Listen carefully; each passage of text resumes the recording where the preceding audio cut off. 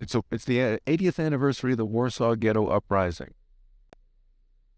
Did you ever live in a ghetto, or were you taken straight? Yes. Not in Warsaw. I lived in Bochnia ghetto, in Krakow ghetto. Would you describe, when people hear ghetto today, they think it's a black neighborhood, a Latino neighborhood. What was a Jewish ghetto? Was it a place people chose to live? No. It's a place that you had to live. You were not allowed to live outside the ghetto. You had to live inside the ghetto, wear the armband all the time. But people had their own apartments. They had their own homes. How did they wind up in a ghetto? They confiscated everything. My father had 2 businesses. Everything was confiscated. Who confiscated it, and by what law? Law? By what? By the Nazi, didn't have to have a law. He went to the chocolate factory and there were guards stationed and they chased him away, confiscated. What are you going to do? And he went to the wine and syrup factory. There were guards stationed. They chased him away. They wouldn't even let him go in, take his briefcase from the office. Just like that. A man works all his life to create a little business for the family, and just like that, it was taken away.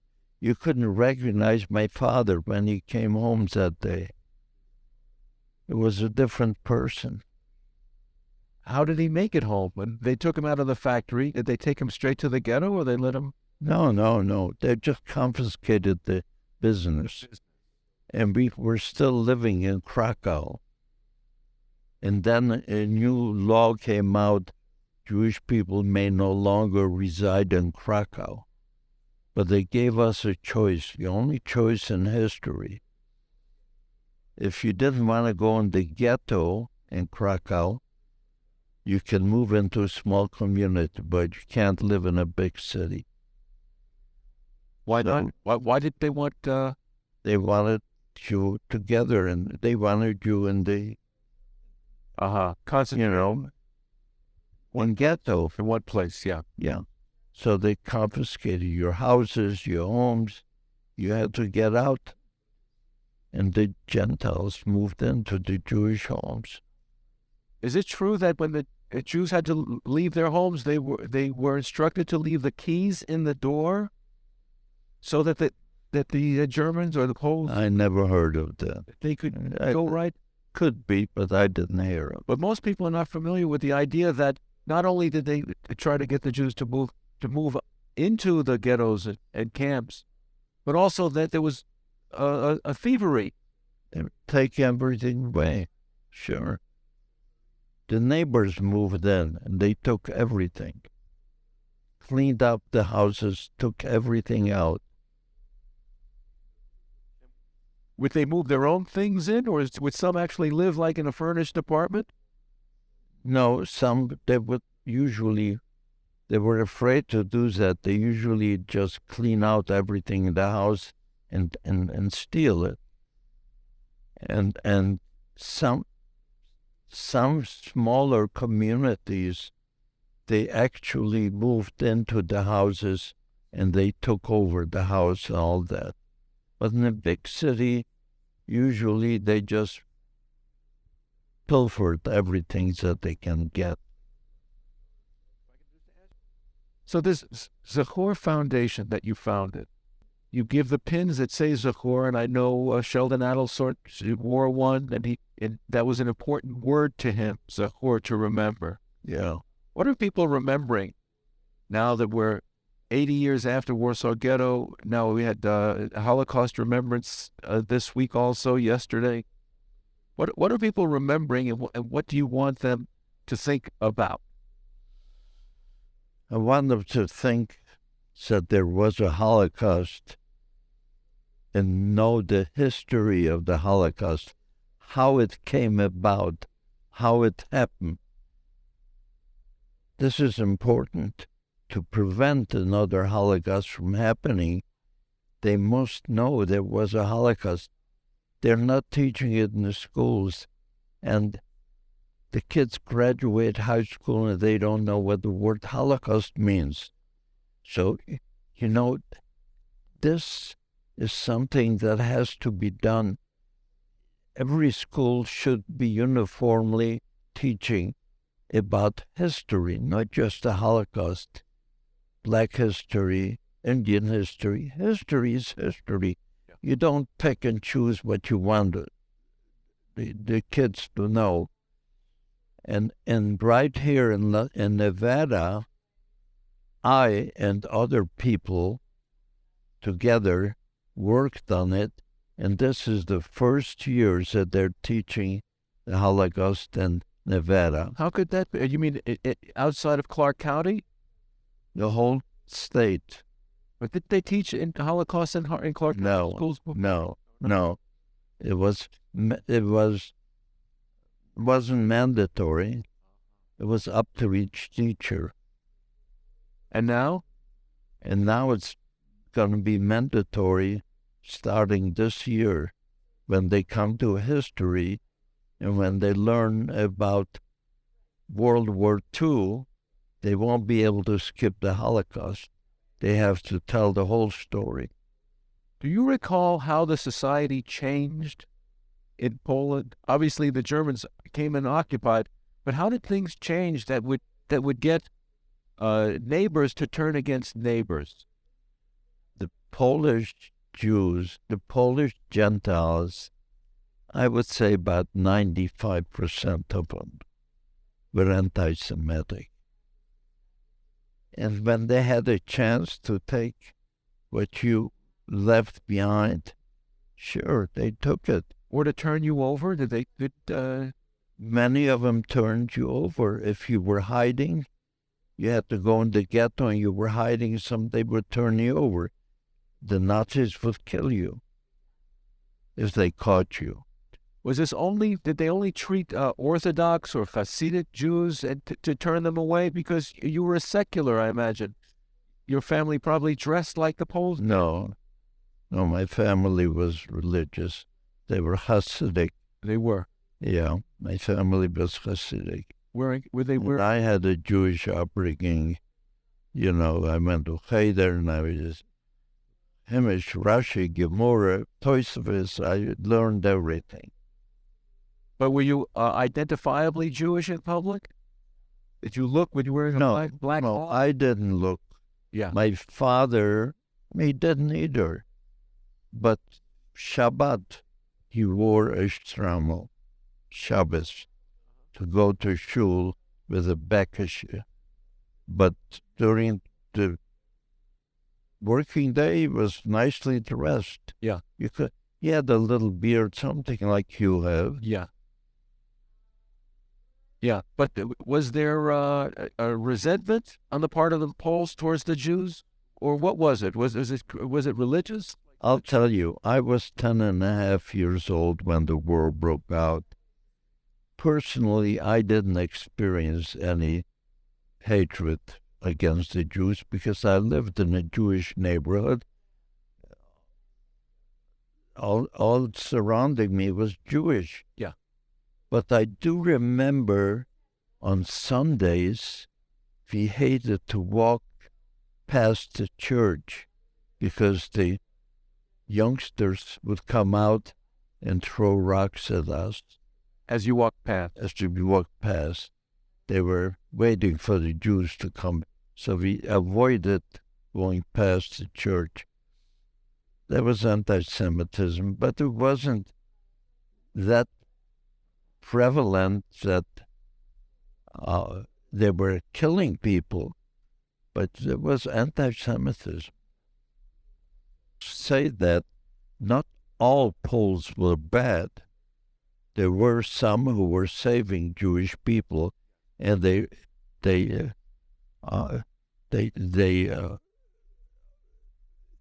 put and their whole lives was placed in where they could be shot if they found out they're saving a Jew. But there were some, not too many, but most of them were not. How well do you feel that addressing the anti-Semitism within the Christian and Catholic theology, that the Jews are Christ killers, and like Mel Gibson's movie says that the Jews should be cursed in each generation? How well do you feel that those people who are saying, well, we must remember the Holocaust, what are they doing in the churches to observe what they called Nostra Aetate from 1962, that the Pope said that the Jews of today are not responsible for what happened, and the church will not. Yeah. Well, the truth is, the Jews didn't kill him. They were killed by the Romans. He was killed by the Romans. The Jews were responsible a little bit, maybe, in getting him. Who knows? I don't know exactly what happened. Nobody knows. I mean, it was a decision not by all Jews. He was a rabbi. Christ was a rabbi, but he had a different idea, and he mostly said that he was the Son of God, and this the Jewish people couldn't go for because God is not human.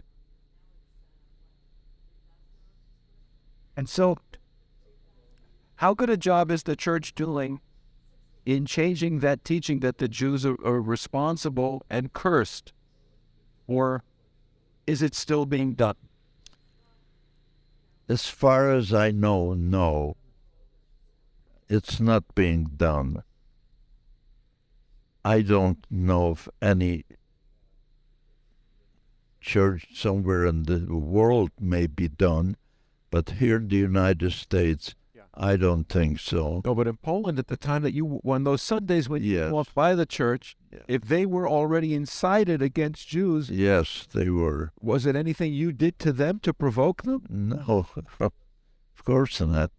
But there was anti-Semitism. Yeah. The kids would throw rocks at us and beat us up. So we tried to stay away. But other than that, I didn't know. And I'm sure there was anti-Semitism, but I lived in a Jewish neighborhood. I was 10 and a half years old. What did I know? Did you work in a labor camp yourself as a young man? Yeah. What were some of the punishments that the Jews had to endure inside those camps? First of all, they were starving us to death. And they made us work without the stop. But how can you work if you're that hungry? So if you died, they died. And if you couldn't work, they shot you or they put you in the gas chambers. So, you wanted to know what other punishments that they did. I received 25 lashes because 3 inmates escaped. Every 10th person in line was pulled out and given 25 lashes. That was one of the punishments. And if you couldn't do what they tell you to do, they shot you. I was number 4. 3 men in front of me were shot dead because they couldn't tiptoe and they couldn't count without making a mistake. 25 lashes, you had to count out loud. If you miscounted, you started from 1 again. You had to be on your tiptoes, bending over a sawhorse. You know what a sawhorse is? Yeah, wooden horse. Wooden horse. But you couldn't touch the 2x4. If your stomach touched the 2x4, you start from 1 again. Imagine if you miscounted, you start from 1 again. Did they do this for amusement? To amuse themselves? Yeah. Sadistic? Yeah, sadistic. The commandant This was his order. And he had his Fräulein there. His Fräulein, after he shot the man, walks over to him and gives him a hug and a kiss. Like he just he's a performed hero. a heroic act. He killed a man. So since you came to America, you mentioned that your experiences in the camps you didn't discuss with your family for a long time. And then now it came a point in your life where you decided not just to talk about it with your family, but to society. What's your concern about society today here in 2023? My biggest concern is that they should know. We're not talking about the Jewish people in society in general. They should all know that there was a Holocaust, and they should know and believe it, that 6 million of us were slaughtered, 1.5 million children, and the world was silent. We now know that the whole world knew what was happening to the Jewish people, but they chose to be silent, giving Hitler carte blanche to do with them anything he wished. And he did. 6 million of us, and the world was silent. Well, but the public must have been convinced that Jews deserved it, that their lives were threatened by the Jews through the propaganda of in all the Axis and occupied countries, Germany, Poland, France, for instance. The French gave up their Jewish neighbors too. Yeah. They must have been convinced about some global cabal to dominate and take over the countries, the economies, and we're hearing this from the church. It did stem in those days from the churches. But I think most of it was jealousy. The Gentile is jealous of the Jew. Look around, and this, they point this out.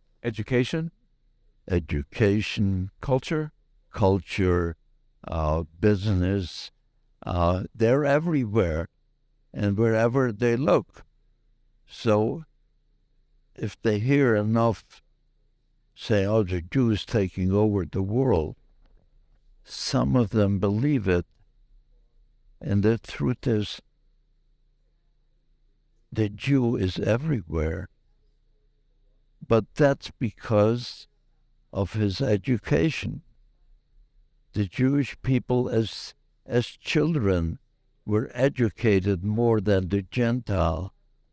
When I was 10 years old, I spoke 4 languages fluently at age of 10. Yiddish, Hebrew, Polish, and German. My mother insisted that us kids should learn German because German was the language of the elite in those days. So we all spoke those languages. And then within a year or two, I spoke another 2 languages. I picked up Czech and I picked up Hungarian. So, look, 10 and a half. Now you wonder, I'm Jewish. If I have a Gentile friend and he only speaks English and he finds out I speak 6 languages, how is he going to feel? It's a resentment. Inferior or resentment. And this is how it starts. So what can we do? I mean, the rest of the world should be educated better. If they're going to be educated better, they're going to have businesses and do all and be successful. The Jewish people are successful. Look at me. I came to America without the language, without money, without family. And at the age of 17 and a half, I had absolutely nothing. And I didn't speak the language. And I was able to turn my life around and make a beautiful life for myself, my family. How? My education stopped at age 10 in the schools. But the will to succeed. I came to America, I said, this is day one from first of my life. I shouldn't forget the past. But for the future, America, this is my day one in America. I will succeed here.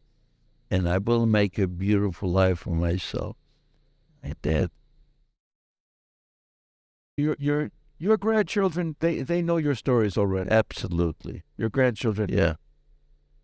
Do they carry it with them as it's some kind of a family heritage? Do you think that they have absorbed and will retain these lessons? Yes. Some way? My grandchildren vowed to continue the Zachor Holocaust Remembrance Foundation. After I'm gone, Gail and my grandchildren will continue. And I made sure to provide for that for years and years and years to come. I don't want that to stop. The education, the many lectures and recordings that you've made, will they keep them in the public sphere? Yes, and they will talk too. They will, it's second generation, they will talk in schools and such. And but there is so much that we have on our website, on the Zachor Foundation website, that I have a curriculum there that I wrote, and that's being taught in thousands of schools all over the world. And it was approved by the Shoah Foundation. My curriculum was approved by the Shoah Foundation. At Yeah. USC? Yeah. Uh-huh. Yeah, It preserves this. they approved my curriculum, and so they're teaching this all over. And those things will continue. And if you go on my website, you're going to see that curriculum. Uh-huh. The website is called? Zachor Holocaust Remembrance Foundation. You have my card. Yes. You get on my website. It's www.Zachor Holocaust Remembrance Foundation.org. There's some. Yeah. Thank you so much. I know that you're going to speak even in Los Angeles on Monday. Yeah. May you have the strength and a commitment. Thank you. And may the audiences be receptive and carry your lessons. Thank you. What's it called?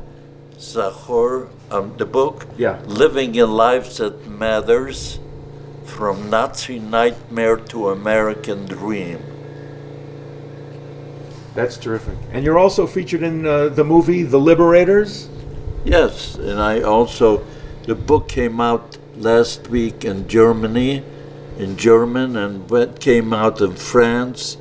So my book is all over now. And what can I tell you? Read my book, because you'll be surprised what I went through. 12 life-threatening miracles. You'll find it in this book. See if you can find them. It's not so easy, but life-threatening miracles that happened to me.